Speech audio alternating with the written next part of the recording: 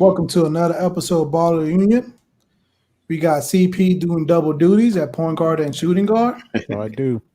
Insane. Goldie at small forward, Yeah. holding down the wing. Gio inside out scoring. I do it all. Play defense now. At the four. And we got the beast in the paint. Smash. No. So we still haven't got that 10-day contract expired yet, huh? Hey, long as COVID around, I'm around, baby. My contract good as long as everybody getting COVID. Got the shortest guy playing center. It's all about the heart, man. Yep. So let's go ahead and how everybody been doing, man? I've been, turning it up on, 2K golf. Saying some like to say I'm a cheater, but well, you do have the code. You do have the glitch code.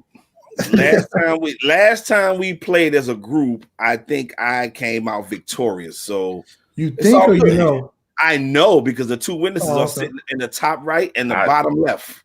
I can't recall that one. Man. Hey, what? Man, you know what happened. Nah, I don't remember that. No, I don't remember either. I mean,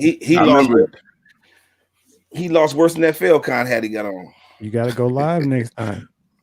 Hey. Yeah, that's what we're gonna have to do, man. To have proof because these brothers here don't want to accept their defeats. If we can't see it, I'm not gonna lie though. I ain't gonna lie. Gio was hitting 50-foot putts and stuff, so he had a code on that game. Right, taking 90-degree angles. No, I was practicing. I don't know what he was doing. He was greening up on every shot, and we weren't even playing basketball. Right, I was like, man, what's really going on? And then the thing about Gio, when he hot and he doing good, he start talking about himself in third person. That's when he know he's feeling himself. Gio for the putt. Like, Gio, you're talking about yourself, right? Hey, you gotta put yourself in the environment, man. You gotta think like a champion. Always. God, we definitely gonna have to go live next time, so that way that proof will be on. Oh yeah, I gotta consistently be able to play under before I do that. Okay. No, put it out there, baby. You came on here saying you won. Put it out there. Right. I'm the least suckiest on the game. I put it that way. I got an award for that one. All right, let's get right into business. Let's start off with baseball. MLB trade deadline just passed. You know what I'm saying? There's the Padres made a big move. They got a real big name pitcher. I was surprised about that. And they're currently in a playoffs race, and they might make some noise, man. It's good to see that because that team was tanking for a while. Who else made some noise? I really like what the Cubs did. They got some left-handed relievers, what they really needed, and they got some depth. The Tigers. Oh yeah. Elaborate on how good he is. Well, I mean, he's classic. He brings that veteran presence, so he'll calm down the locker room and get everybody on the same page. So, it's a loss for us, but we wasn't doing nothing this year. I was just happy we were back. Right. I definitely think the Padres move is good. I don't think they knew what they were going to get out of Fernando Tatis Jr., but now that they see they got him, they're like, this is our best chance. We only got 30 games left. Let's go ahead and see if we can get this little Astros championship and call it a day. Yep. Yeah, and then not only him, they got Manny Machado. He's he's out there killing again. Mm-hmm. So they're gonna make a good run, man. They're gonna make a real good one. The Marlins got Marte, the outfielder, which I think that was a very good move that went under the radar. Yeah. And then who else? The Toronto Blue Jays got right-handed pitcher Walker and left-handed pitcher Robbie Ray. And if they could get Ray back to his old performance, the Blue Jays can make some noise in the playoffs if they make the playoffs. I'm not buying it. Ray is just kind of one of those guys where he sounds like a good name. He sounds like he should be doing something by now, but he's been in the league long enough where if he hasn't made his mark yet, I don't see it happening. I don't see it being as a big name that I need to be worried about. Now, if he decides to spark up when it's playoff time or pennant chase time, then they'll have him for his benefit. But he's always just kind of a okay. He was good like 3 years ago with the Diamondbacks. He was doing good when they had their little run. They were going at it with the Giants. Yeah, but I think that was his prime because the Tigers. Sorry, we drafted him and we had him early through all the struggle years and gave him to the Diamondbacks. And if he didn't do it with them, I don't see him doing it any other place. Okay. I was surprised to see the Padres doing as well as they're doing, and that they're actually making moves to actually contend. That's really surprising to me. It's probably surprising them too. Yeah, because they were straight in tank mode. Like Fernando Tatis, they expected him to be good, but nobody expects him to be this good, this fast. Man, that's that deer antler spray. That's that deer antler spray. Yeah, ain't he the one on PEDs? Yeah, that's the one. That's it. About the one baseball player on PED. The entire league's on PED. Right. Hey, that's when baseball was good though. Yeah, and Andrew, you're definitely right. He's definitely making Tony Gwynn proud. They definitely doing that because I'm surprised, and it's good to see that brown. You break that old school brown uniform out. It's dope with that brown and that yellow. Just once though, like after that, they can go back to the I hate that uniform. Normal jerseys. You don't like it? Nah, it's pretty cool. But, my team doing good. That's all I'm caring about in baseball. Braves. Okay, what's that? What team is that? The Braves, baby. The only team you probably need to worry about. Right. We definitely don't need to worry about them Falcons. We don't have to worry about your Mets either. No, we don't. That's why I'm not bringing them up. But we still close now. Don't get it twisted. No, hey, 16 teams now. I mean, we're like what, 3-4 games behind. So I mean, at any moment now, injury here or a slump there, we could be right back in the contention with this thing. So, but you know how I am about my Mets. My Mets when they doing good, I'm beating my chest. When they mediocre, you don't hear me talking about them. Hey, but old buddy had the nerve to talk about Rob Manfred like that, and then he realized that it wasn't him that said it, and the owners had to disrespect him like that. So I don't know. It was highlights for me. That was better than watching the whole game. No doubt. Yep. Let's move it along. Let's go to this NBA playoffs. So the Lakers recap. Milwaukee ended up taking out the Magic since last time. The Lakers took out the Blazers. The Clippers finally woke up and showed Dallas who they really are. Mm-hmm. You know what I'm saying? Currently playing right now is Game 7 between the Nuggets and the Jazz. And the Nuggets forced Game 7 with an amazing performance by Jamal Murray. Yes. And right now, Nuggets are sitting comfortably with a 20-point lead last I checked. Mm-hmm. It might be down to about 15, but it's somewhere up there. Yep. Yeah. And then there's another Game 7 that got forced. The Houston Rockets, man, what happened with them? Go big playoff Paul. Man, we're not gonna. That's one thing we're not gonna do. We're not gonna give Chris Paul all the credit for it. We're going to blame it a little bit on everybody. The Rockets. We're gonna blame it on Russell Westbrook. We're gonna blame a little bit on Harden. We're gonna blame a lot of it on D'Antoni. But at the end of the day, like I said before the series even started, I figured this series because of the storyline, them swapping players, them meeting in the first round. I expected it to go at least 6, but I didn't think it would go 7 at the most. But bad coaching, lack of heart down the stretch, and it's kind of cyclical. It's happening again. Yeah, it is. And Murder, I don't know, Ant. At the end of the day, Harden, everybody want to blame Harden and say Harden's not it, bro. But at the end of the day, the coach has to coach the players. And we talked about this off wax in our group, and everybody were saying, if my take was if this was Phil Jackson or if this was Popovich, nobody's bigger than the team, and he would choose who would take that shot. And for MDA to go out and say, you know what, man, I let them draw the play up. That just blew my mind that they allowed him, that he went out and said, they drew the play up, so they get the chance to be the hero or the GOAT. and I just sat back and watched. So I mean, his days are numbered. To me, in my eyes, his days are numbered. Right, Well, absolutely. Well, my thing is, if everybody say Harden's so great, and Harden's breaking these records and doing amazing things and doing this, that, and the third, you're saying those games. I want the superstar with the ball in his hand. I want that Michael Jordan mentality, that Mamba mentality. You're saying I want him to take, saying we win or lose by you. Saying you got us this far. You're saying take us to the promised land. Do not defer, because the last few minutes he deferred to Westbrook. Saying. And then shout out to Andrew from Hustle Time Sports. He gave a great breakdown of the last 2 minutes of that Houston Rockets game. And he was just showing how James Harden wasn't engaged. He was just lackadaisy, just nonchalant with it, was not engaged in the game, and and at the end of the day, they lost, and you're the star player. That falls on you. When you win, you get all the glory. When you lose, you get all the blame. And that's fair. And that's fair. We've heard this story so many times with both Harden, the Rockets, Andrew and Chain then we even mentality. heard it with the Thunder when they was on the other team. So right.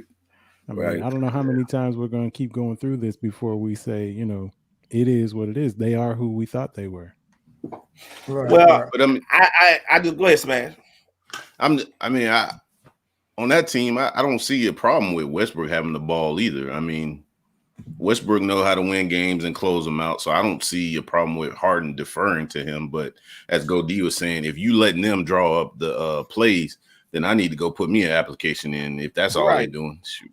Right. Yeah, what is he getting paid to do? I mean, that's my biggest That's my biggest gripe with this is that we in a huddle. I don't think I would have threw the boys under the bus like that. You know what I'm saying? I think I'd have took the heat and been like, you know what, I drew the play up and it just didn't work out right. For him to go in there and use Westbrook and Harden as the scapegoat. And hard situation, man, he's damned if he do, he's damned if he don't. Had he been on the ball, then he screwed up, we'd have been like, hey, it is what it is. But I respect that though. Yeah. I get that. That's the mentality. I get that. But at the end of the day, you still got to look at the coach and be able to, just like Anthony saying in the comments, that this system is not built for the playoffs because we know what's going to happen. We know where everybody's going to be on the floor at all times, no matter what the situation is. We know Harden, if he's on the ball, he's at the top dribbling through his legs. But we need to have something else to throw the other team off.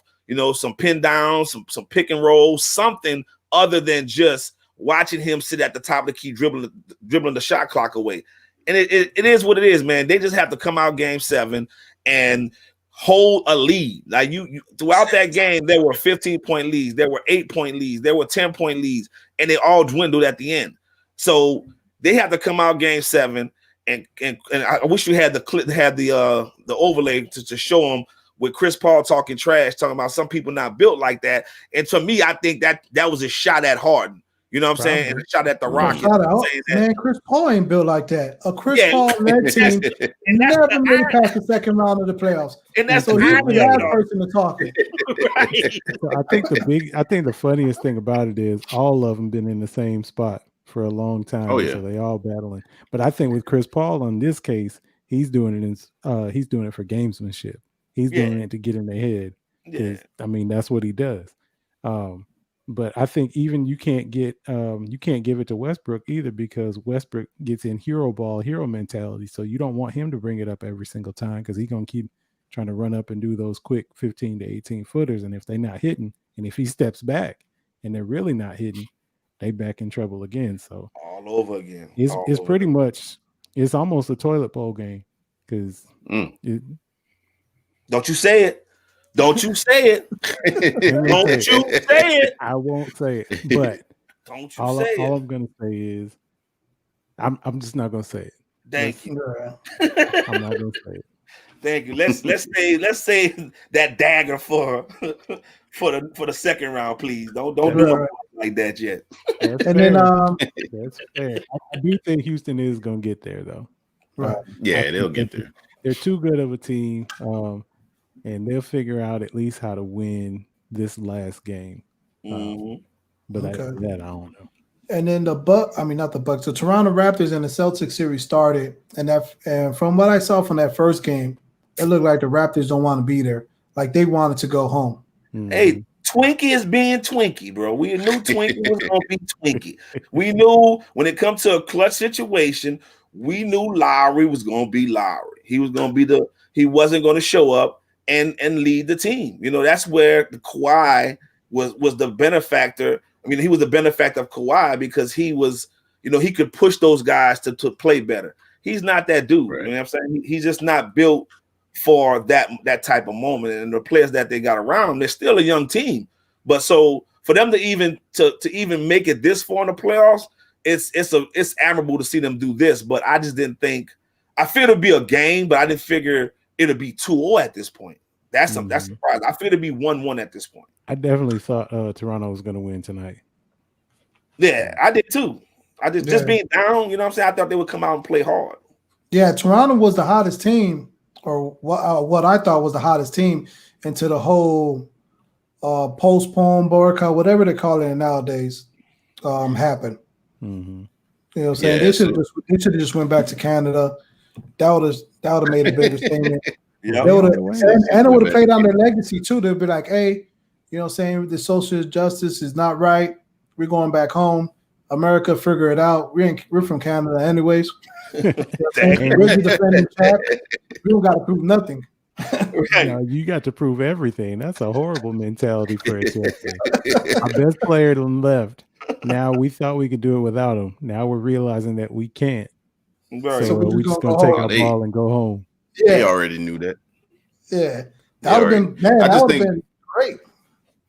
I think basketball is just different right now in this environment. I mean, like, you know, they don't have that playoff atmosphere, and that may be why you see some lackadaisical, like you were saying, with it looked like the Rockets ain't all the way in there because they don't have that home, you know, they don't have that home crowd and putting them, you know, that 6-man or whatever you want to call them, sitting up there giving them that motivation. So now they just up here playing. So you starting to see this COVID environment taking effect now. It was good when the bubble was going on, they were playing regular season, but now I think it's really playing having an effect on them. So I think they'll switch it around.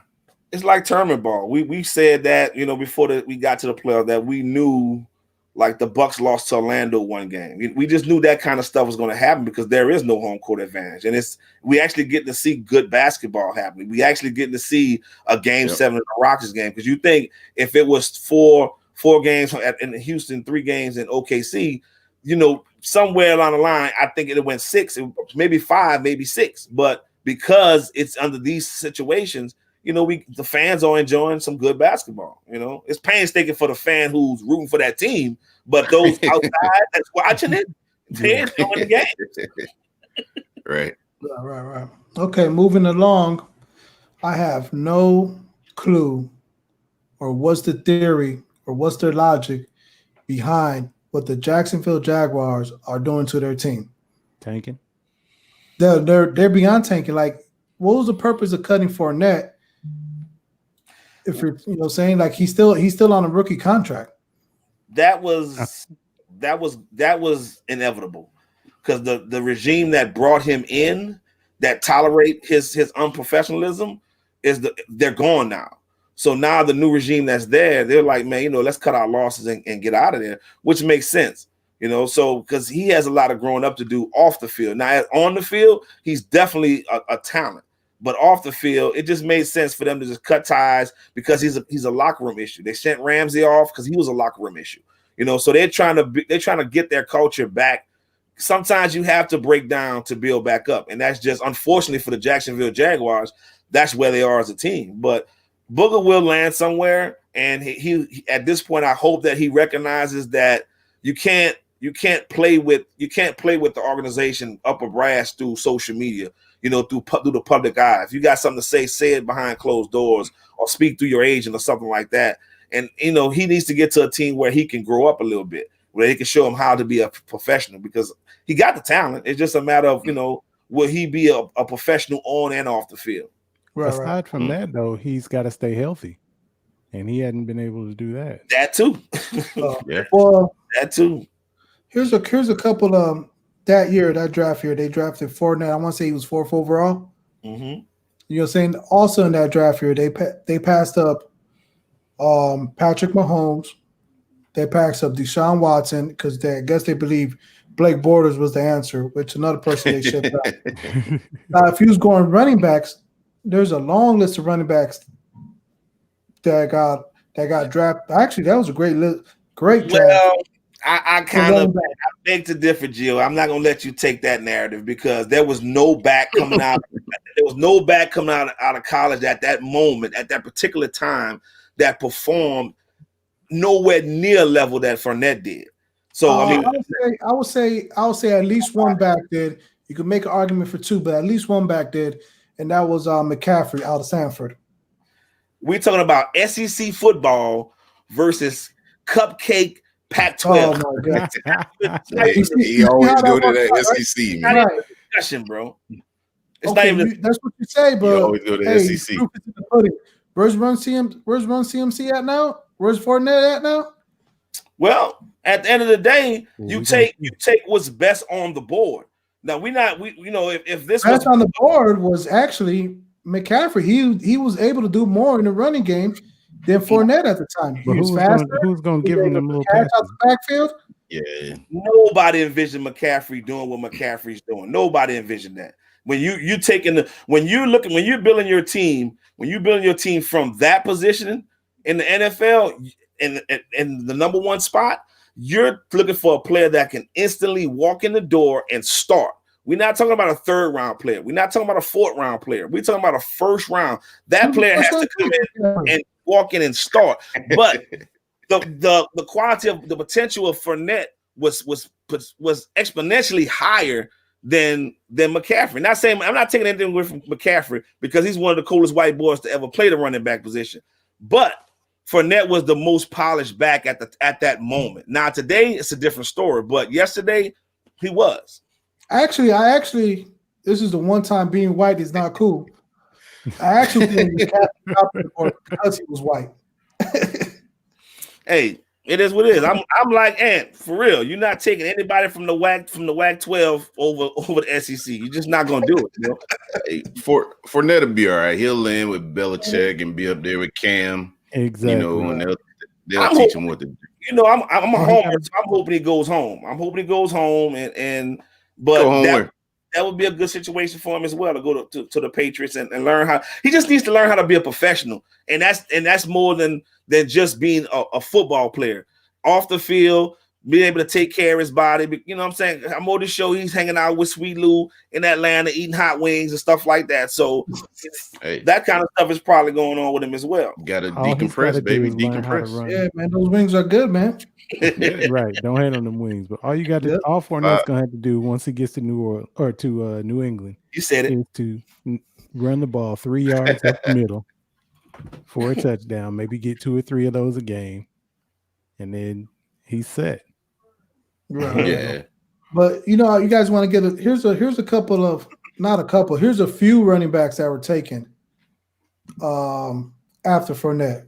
McCaffrey, we just discussed. Dalvin Cook, he had issues staying healthy as well. Joe Mixon, who just got paid by the Cincinnati Bengals. Kareem Hunt, he got issues too now. James Conner, Tariq Cohen, Marlon Mack, Aaron Jones. You know what I'm saying? You can name and have you come on, Gio, man. You think hindsight is 2020. Hindsight is 2020. So if I can rub a genie a lamp and look into the future, then I'd have been like, okay, Tariq Cohen, Connor, who knew? But we talking about we knew about Tariq Cohen. You did because he's a lump. You didn't think he would be the Tariq Cohen he is in the NFL. You thought he can make a roster, but you didn't. I didn't think coming from the HBCU, you never think about can he be that great of a player. But he came from HBCU, the running back position, and but SEC football, man, is supreme. I'm not even gonna jump on that one. They don't always pan out like you want them to. You know it. Allegedly, and there's one more. Hey, now since you want to go there, let's go ahead, Gio. I was gonna let him go with the SEC stuff, but Let's do it. I'm from the South, but I don't believe in that SEC stuff like that because everybody know I go for Florida State. But I would say Dalvin Cook. Dalvin Cook would have been a better pick than Fournette for Jacksonville too, because he used to that territory. But I will say this for both of those running backs that when you said Cook and Fournette, they are going to get hurt because they don't have strong quarterbacks to play off of. McCaffrey had a strong quarterback to play off of. Cam could run the ball. Cam was a threat. You know what I'm saying? So now looking at when you got, like you said, Bortles, and then you got they had Kirk Cousins in Minnesota, and then they had the other guy as well. Like you ain't got no good quarterbacks. Them dudes are gonna be hurt because they gunning for you. They like, let's stop Cook, let's stop Fournette, and we win this game. Let's go home, put the women and children to bed, and go looking for dinner. But there's no more running back in that draft class I didn't touch on.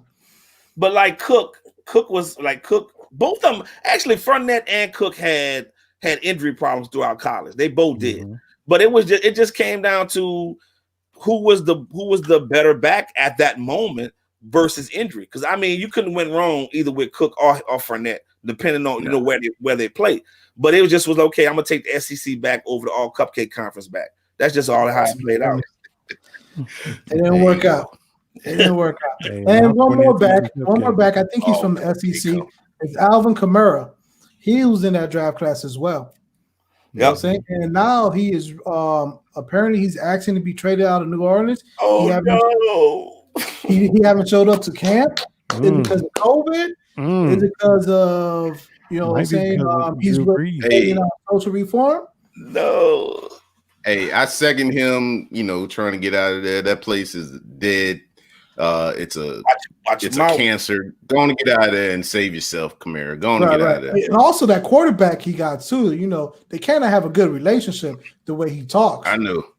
Watch him. I know the quarterback all against Black Lives Matter and everything. So you got to get out of there. Old quarterback. Now he leads the March on Washington, the Million Man March.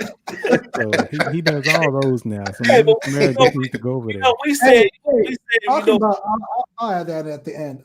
Go ahead. We said, since you want to feel like that, Drew Brees, we'll just bring Malcolm in and let him sit across the locker room from you, and you have to look at Malcolm. Because he's all, Malcolm Jenkins, because he's always going to be on that, that Black Power stuff. So we got the person in the locker room to set him straight, to keep him educated, to keep his mouth shut.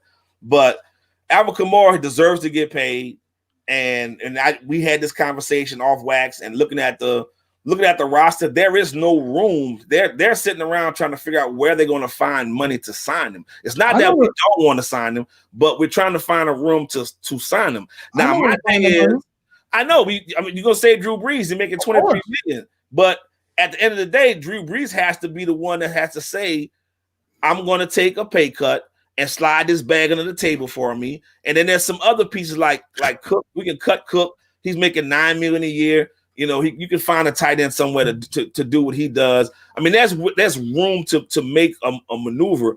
And I looked at the running backs, like the top 10 running backs, where they are. I think that the top paid running back is making $13 million, and the bottom of the top 10, he's making like $8 million. So Kamara should fall somewhere in the middle, and they have to find that $9 or $10 million to give him to make him happy. You know what I'm saying? So I don't fall in the middle where in that pay scale. Running back. Yeah, he has. I think he's one of the top backs. And I agree with you. I agree with you, but you have to. I mean, is he for a team or is he for his paycheck? And you got to be a little bit both. Now, as on the business side, I'm all for him. I'm 100% agreeing with him sitting out, because you know how the NFL is. If you get hurt today or tomorrow, they can cut you and they don't owe you a thing. So I'm not mad at him for sitting out. I mean, I'm saying that's just a good business move. But at the same time, Drew Brees has to pony up a couple of those dollars back. Somebody else got to pay some pay cut. I mean, I'm not going to get in depth into the team like Andres Pete, who just got signed, who's always injury prone. Why did you give him all that money? But at the end of the day, they have to resign this. You let Ingram grow the year before, because Ingram deserves to be a starter somewhere else. He was a starting running back. You had Kamara. You couldn't pay two running backs starting salaries. So I understood why Ingram left. He went to the Ravens, doing great things. So now you have to pony up, man. They have to figure out a way to pony us up. And I don't want to see them trying to hold on older players and let these younger players go because you're just trying to hold on to something that happened in glory years. Okay. Well, wrapping that up. Let me say this real quick. As a certified a Saints person, you know, I sat through the class and learned how to hate properly on the Saints. But anyway, watching that team, because we play them twice a year, they need Kamara, because without Kamara, like the Falcons run through them like Taco Bell run through everybody else. Stop it. Y'all gonna be So mad with you know, I just Kamara wanted to let on that the know. Seahawks. So. Stop. Okay. Well, you know what I'm saying? I had an inside source said that they saw Drew Brees eating with Brian Urlacher. Hey, I don't stop that at all. You know my stance on this. He just better not go to interceptions. That's what he better not do. Oh man. Both of them trying to bring macaroni salad to the cookout. Right. You know what I'm saying? Hey, man, he was invited, but now he's not. He's not even allowed in the neighborhood anymore. So we got to get your take on that. So since we there, where do you put the great Urlacher at now in the Bears pantheon? So now I had an Orange Crush Chicago Bears number 54 Urlacher jersey, and it was actually signed by Brian Urlacher. You know what I'm saying? When did he call you on that signature? You know what I'm saying? Now I have to sell the jersey, which is okay. I'm gonna make a pretty good profit because white racists don't pay, you know, a lot of money for it. So, you know, it's on eBay. Go check it out. Orange Crush jersey, signed by Urlacher. Shameless plug. Dang. And that's my take on it. He got you selling the jersey. He got me selling the jersey, man. At least you went smart. At least you went smart and didn't burn it like all them other people when Colin was protesting. That's crazy. Like with it, burning my Nikes, I'm not burning my Nikes. I dispute that. That's a small move, Jim. That's fine. But you can't trust anybody who gets all that hair after they're done playing. Right. And then here's the mind-boggling part. His adopted son is black. Well, does he know that? I don't know. No, I don't think he knows he's black. I don't know. I don't know. That's a whole nother. That's a whole nother episode, man. We don't got time for that. Jeez. Yeah. So he won't be coming out for let's honor the great Bears. Huh? He won't be invited. No, he's not. And actually, the Bears organization publicly disowned Brian Urlacher, which, you know, I highly doubt that because I always thought the owners were a little racist themselves. But hence why we didn't. Yeah, hence why we didn't draft Deshaun Watson because he's black. You know, that's just my theory. But they publicly said they disown Brian Urlacher. But what did they say privately? They probably gave him a whole bunch of attaboys. They were like, man, that was great to say, but did you have to say it publicly though? Right. Moving along, there's a lot of rumors and buzz about Deion Sanders becoming a head coach. You know what I'm saying? Not just for college football, but for HBCU, specifically Jackson State. Oh, okay. That's out of our division. I'm okay. I'm cool. It's a good move. That's a great move. That would be a great move, a great hire. But will Deion Sanders has flirted with a lot of coaching jobs. Yeah. And I think being that he's in Texas and being that he's like big in youth sports and big in the high school area, I don't know if he's willing or ready to give that up. I mean, if you don't know what he does in Dallas as far as, you know, his philanthropy and how he mentors young kids and developing players to go to college, I don't know if he's ready to move on from that yet. And I think that's the really only hang up with him not taking the college job, because he does so much work with the youth that I don't think it would. I don't know if in his mind, and I'm only speaking from my opinion, I don't know if in his mind that will benefit the kids that he touched more on this level on a HBCU. It might benefit him. It might benefit him because he did say he's going to be a head coach for a college team. He did say that himself. I actually think it might benefit the kids more. You know, go the same route as we're going to talk about later. Right. Is John Thompson. John Thompson affected so much youth, you know, saying at the position he was at. So he might think it on that same wavelength as that. Yeah, but that's true too. And you got to think about it. His youngest son is getting ready to go to college, and that may have been a playing factor too. He wanted to make sure he was okay. I think that's well, he's got other kids too, but that's the last boy. And I think once he gets to college, I think that door might open up for him now. Like, you know what? Right. He's taken care of. You know, he's with Smash's favorite ex-FSU coach. And Oh yeah. So really? I think it would be a great thing for HBCU because I think he has the cachet to walk in the door with any Power 5 conference team. And really, I don't want to say he'll steal all the kids because it's going to come down to facilities.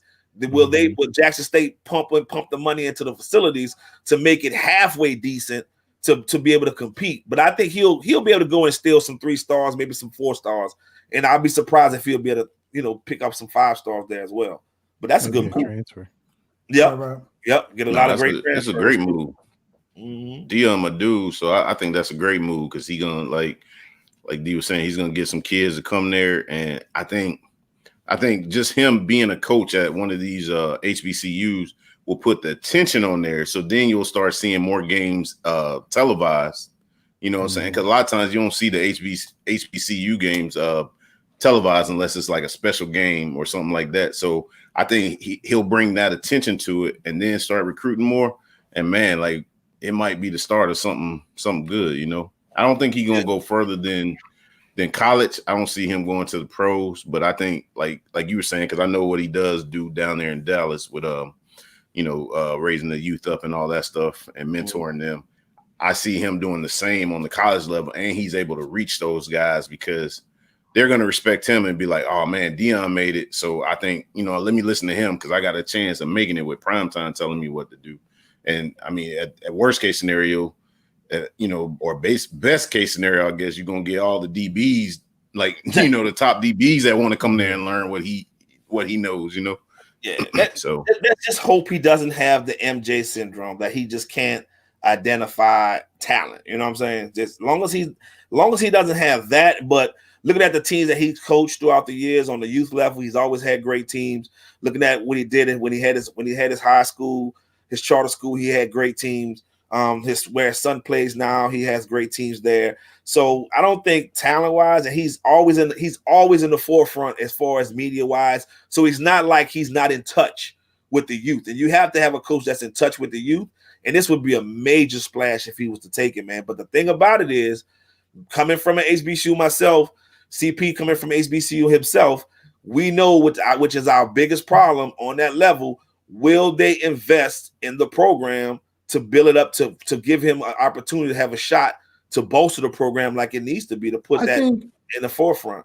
I think Dion's the only one, well, not the only one, but I think Dion definitely has the power or the ability to raise those funds himself personally. Like, he knows a lot of people in the game, you know what I'm saying? Like, he just quit from the NFL Network, you know what I'm saying? He's with Barr still, but probably because he could have more, maybe give him more freedom to what he want to say, or just have more freedom because he knows he's going into this head coaching stuff. You know what I'm saying? Right. Yep. I think that's a good point, but the thing that you have to realize with that, when you're not bringing in those funds organically from like donors or from people with a vested interest in the school, you're bringing in business, and business wants to see things done differently. And so a lot of the things that the HBCUs take for pride and for, granted, are the things that made them who they were. Yeah, they're kind of built out of struggle, and there's some things that don't work, but you find that joy in struggling through it together, and you lose some of that. So you're going to, I don't want to say alienate your fan base, but you're going to split it a little bit, because the campus is going to start looking brand new, and it's going to look like it's never looked before, and it might have some sponsor names on it that you're not familiar with or comfortable with, and everybody doesn't want their school turned into that. Is that worth the TV, looks for a game or two? Is it worth the Celebration Bowl or whatever the next bowl is going to be? Is it worth it? Maybe. I think it's going to be a tough one. It's going to be one where you can't just say yes to everybody who's willing to cut you a check, and you're going to have to do the best with what you have for a while, and you're going to have to stay there for a couple years. You can't jump on the next thing smoking just because you're a big name. Right. So it's going to take a huge commitment. Right. Like you always say, we got to see some action. So if this is going to happen, it's got to do more than just sound good. Right. It's got to do more than just be a fancy name. to put butts in the seats, when we're eventually able to get back in the seats. It's got to be, probably a 4 or 5 year commitment. And those first 2 are going to stink. But 3, 4, and 5 might be the best you ever had. And after that, hopefully those dollars don't leave with him. Yep. Right. That's true. Okay. Moving along. This one's for Smash. Uh-oh. What's been trending on Twitter for the last few days, or for the last week actually, is hashtag NFL drop EA. And they're so upset with the game they put out called Madden, whatever. You know what I'm saying? So go ahead, Smash. Hey, you got first stab at it. Go ahead, man. I've been telling y'all, like, I don't have to protest. You got people that do it for you. But I'm here to support that. Get rid of EA. It's no longer in the game. You know what I'm saying? Like Madden is trash. It's trash. It's repeated. It's the same algorithm, just new people on a different team, man. Like, come on, man. Like, if they want to bring something back and make me happy, bring back the college. Madden is done. Yep. Yeah. Madden is done. I've been playing. Pull it to the curb. I've been playing this game. Well, let's just put it this way. I opened the pack up, put the game in, and I love the face of the franchise mode. That was a dud. It didn't meet expectations. Yeah, it was a dud. It was really a dud. The storyline was great. The storyline was great, but I don't think the people that wrote the story were communicated with the engineers of the game. You know what I'm saying? I don't think they talked. I just think they just did their thing separately, and they did their thing separately, and they just put it all together, and it wasn't a cohesive product. Right. But the story was COVID. Right. The story was dope. But the game itself, they still don't understand how to get an algorithm to get the zone right. I mean, the zone coverage is still broke. I'm with you, Smash. It's a broke game, but because I love football so much, I still play it because I love football so much. But if it was something else out there, like shouts out to Maximum Sports, and I know, Ant, you're gonna say, man, that's trash. But somebody got to grow up at some point in time, and they're progressively making strides. Check out Maximum Sports. They have a football game it's got Canadian football, it's got the college in it. It's in depth, totally in depth. But they just partnered with Unity, so they're getting their actual gameplay better. But it has to be the problem with Madden is there is no competition to make them want to do better. And so until that competition shows up, then they're going to always send out this watered down product because they know people like me who loves football. I'm going to get it because I just want to experience the game of football, whether it's broke or not. But I know it's broke, but it's football. So hopefully Maximum Sports be that catalyst to push them, and they're doing the right things. They got some good partnerships. The same way we saw the evolution of the golf is the same way we want to see the evolution of something else to give them competition. Yeah, Right. I think Madden just does a good job of letting you live out your fantasies, Right. And they make the gameplay that much more real every year because that's all you have to go for it. So you want it as real as possible, and if you can focus on how real it looks or how real it feels, and to the point now where they can't get the computer to do the zone right or do the hit stick right, it's because they're out of everything else to do. You're never worried about the players. You're never worried about, how much fun it is. It's just how real can I be when I'm sitting on my couch playing? And, they're out. It's been the same game. It's not real. Year. It's not real. Yeah. It's not real. Probably, let's say 20. I don't know. We go back as far as 2016. It's been basically copy and paste. That's it. Well, that's it. I mean, you look what's at your take, Gio? I said it before. I said he's a the Madden game came fan. out. He's a Madden fanboy. So I go know. I said ahead. it before. Go He's ahead, like man. them Trump supporters. No matter what he do, man. No he's matter what supporting you it. say, yeah, bro. He's a Madden fanboy. Yeah. So I said it before the game came out. I played the game quite a while. I played the beta. So I had access to the beta. So I was playing it way before everyone else. And basically, when I was saying back then, it was a patch to Madden 20. You know what I'm saying? So I'll say Madden is actively working on trying to get all the glitches out or all the glitches or meta or whatever out of the game. They're actively doing that, the dev team, but it's just a copy and paste of a game. Like, only thing they switched up is they changed the jersey, they added a new mode, and it looks really fun to play if you play with friends. But it's not one of those things you could just play solo. And I'm gonna touch on that too. But Gio, I love the political answer you gave. You definitely didn't say it was good. I like how you did that there. Good job. Good job. You definitely want your EA access pass somewhere down the line. Trying to get his check when we grab the media credentials. I see what you're doing there. They were like, Gio, you invited, but that Go and Smash and CP, they can't come. So I see what you did. I'll be right outside with you. Right. I see what you did there. But here's another slap in the face with this Madden game. So the NFL has granted other publishers to actually make a game outside, like an NFL Blitz type game, right? So they knew that this was happening, right? So they institute the Yard, which is a mode like the Blitz type mode. So they're just trying to get a head start on the framework to do what they do, and left us pure gamers that love the franchise mode, that love the areas of the game that they should have improved. They focus their dev team on that so they can try to get a head start on 2K to making the games like the Blitz. And it shows in the product what they put out this year, that you focus more of your time on building that framework and trying to build a system behind that. We know what Madden is all about, Gio. Whether you admit it or not, all they care about is that mutt, and all they care about is that microtransaction. They don't really care about, for us that are purists that want to play the franchise mode. Come on, man.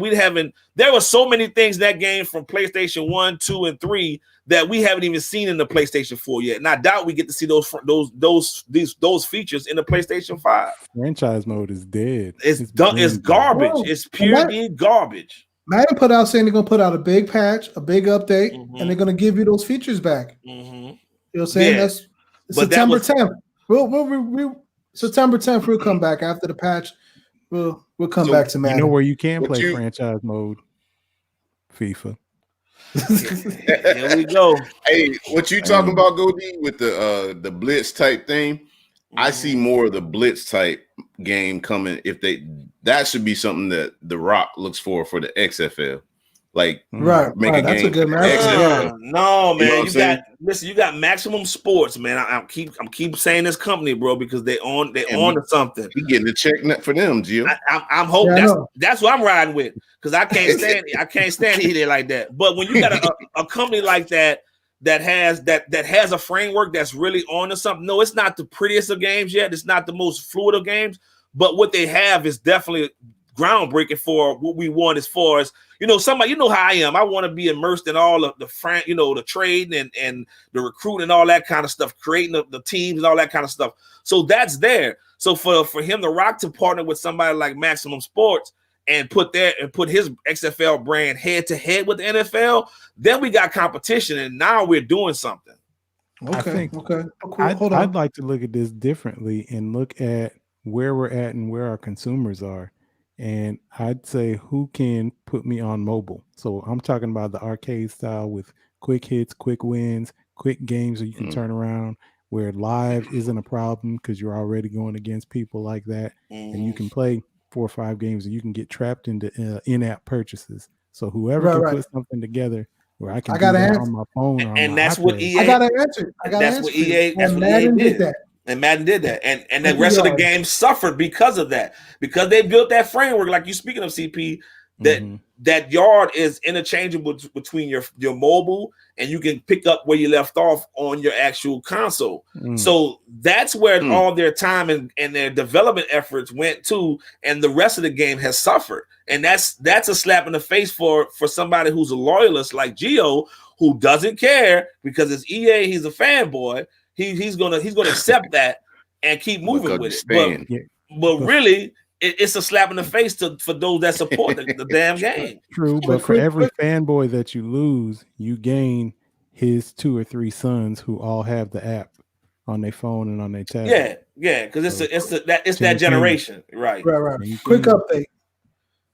Sorry to cut you guys off. We got the Jazz took the lead with 7 minutes left in the fourth. They're led by I see that. They're led by I see Donovan that. Mitchell. He got That's 20 why I keep points. looking 8 to my right. rebounds. Me too. I'm looking down. Denver choking like a mother. Yep. I keep Gobert got 15 and 13. And then Denver's actually being led by Jokic with 24 and 12.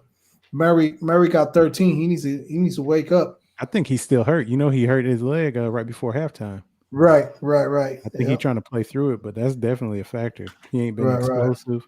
I don't know who everybody else on Denver look like they don't have the dog in them anymore.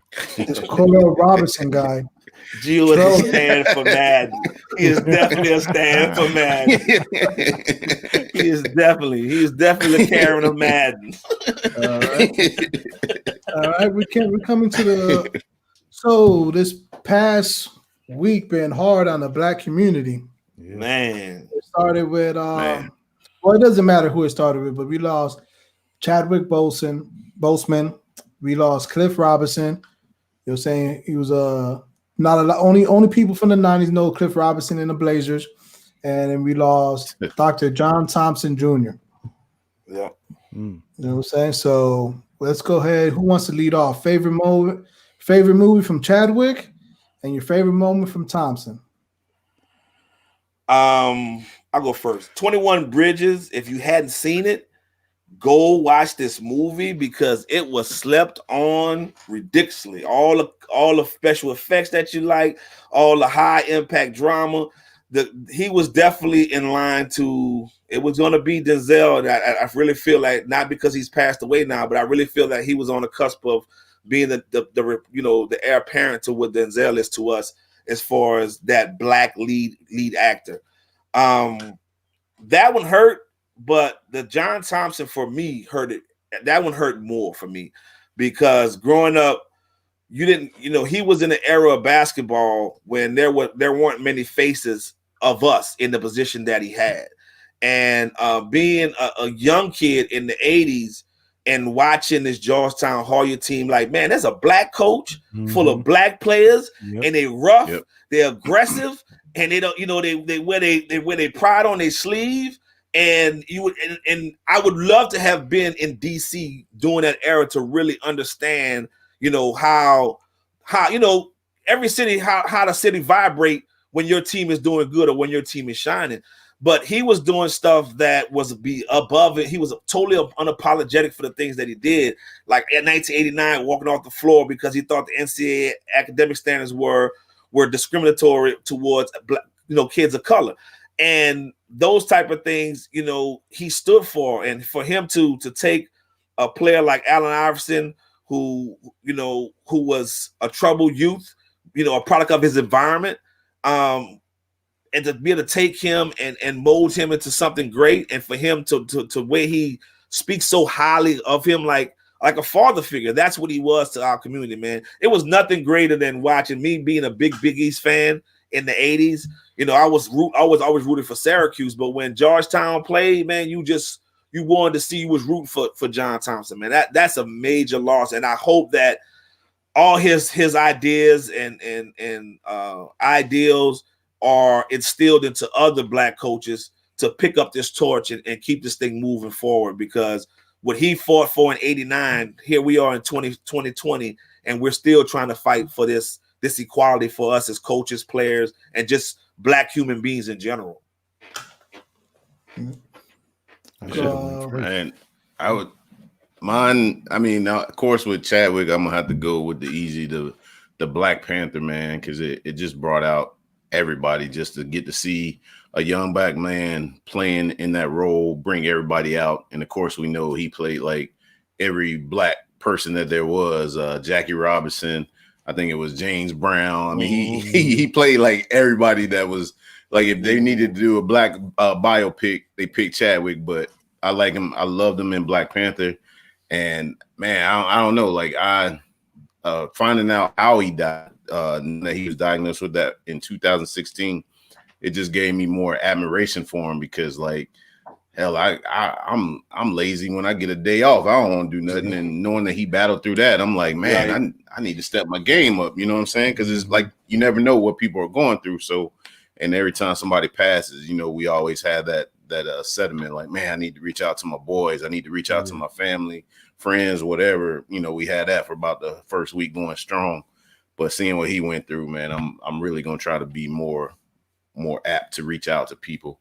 And then with John Thompson, man, that I mean, it's a shocker, but at the same time, unfortunately, like it's expected because you know John Thompson to me is kind of like Morgan Freeman. He's always been old because you know I seen him. That was the first black coach I seen coaching like on TV and stuff. So like even though I didn't like Georgetown or care nothing about Georgetown, I watched them because I got to see this guy and you know, not playing basketball. I was just like, man, that's somebody I could look up to because I see that he cared about his players. You know what I mean? You never really heard anything bad about him, you know, throwing stuff or berating players or stuff like that. He was really mentoring those kids because those kids really meant something to him. So anytime you have a coach like that or a person like that, period, man, it just it's a big part on a lot of everyone and the community. So, man, it was just a tough weekend or a tough week if you want to call it. So,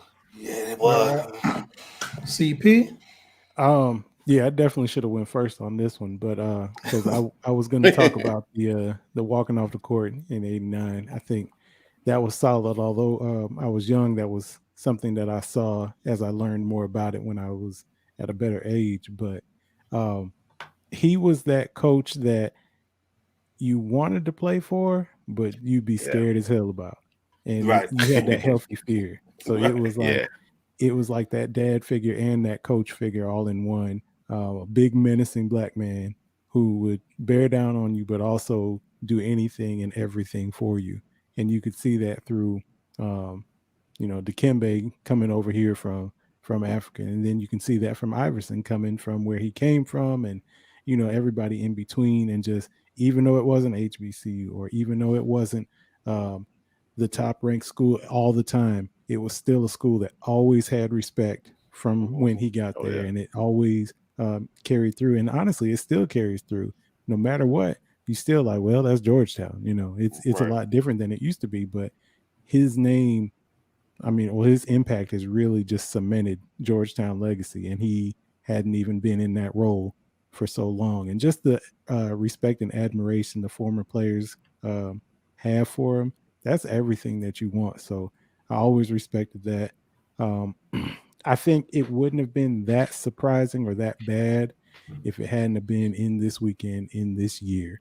And it's just like, because you know, he's getting up there, 78. Not that I'm saying that anybody should be cut off that early, but you know, if it happened, you'd have been like, oh man, that's so sad, da, da, da, da, da. But the fact that it's this year, this time of year with everything else happening, you're just like, why are we losing legends? And so we lose a legend who cemented his legacy, and then we also in the same time lose a legend who's just coming into their own. And coming into their own, he came in a mighty way, and he did more that we didn't know. And there was just so much more of that it almost plays second fiddle to the stuff that we did know he did.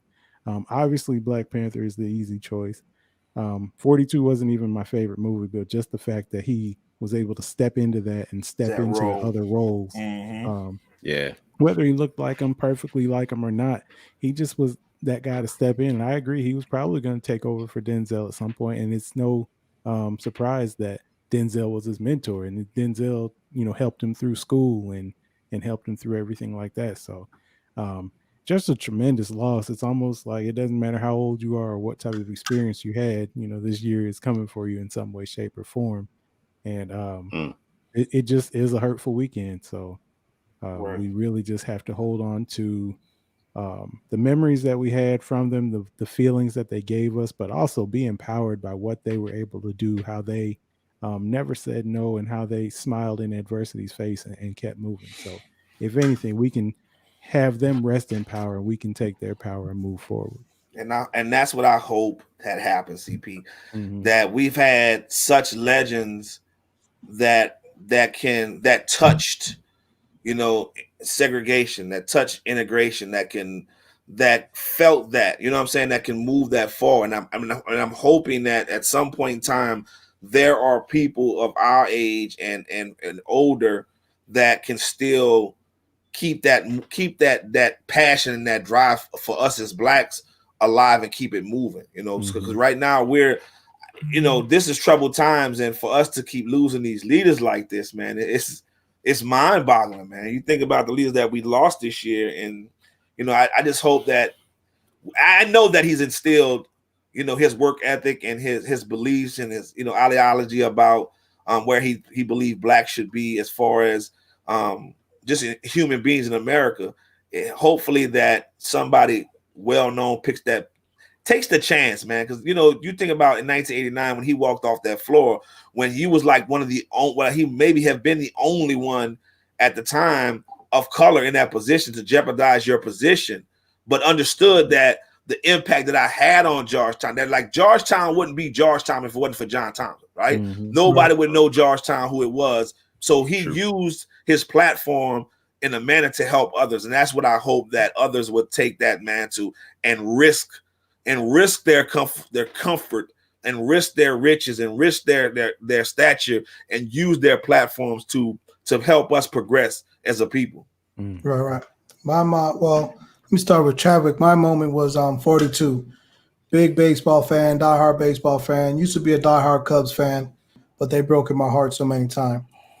But that performance Chadwick did in 42, especially that scene where he goes in the tunnel he goes in the tunnel outside the dugout and he's just swinging the bat, and he at that moment you felt what Jackie Robinson had to go through just to make the integration of baseball for people of color. You know what I'm saying? And then now you look at baseball, it's the most diverse sport in the probably in the whole wide world. You know what I'm saying? Because they have some. Yeah. Oh, name a sport more diverse than baseball. Soccer. No, baseball still got more races. Yeah, I know where you. I agree with you. I see where you're going. I'm not mad at it though. There's a lot of people of color, but not American color. So I get what you're saying. Though. I agree with you. And you know, saying and Jackie Robinson, it's like he was the only person capable of opening those doors. You know what I'm saying? And the way Chadwick was able to put out that performance, and you know, saying you actually felt like how Jackie might have felt at that moment was just incredible. Right. And then for John Thompson, I always like to say the best moment for him was he won the championship at 84, even though I didn't witness it, but just 84 is a great year. And that moment, being the first black head coach to win a title, always is one of my standing points, you know, saying for 84 being a great year, also the year I was born. We knew that we figured that out. Oh yeah. But outside of that, growing up, you know, saying, and everybody had the culture of wearing Georgetown gear.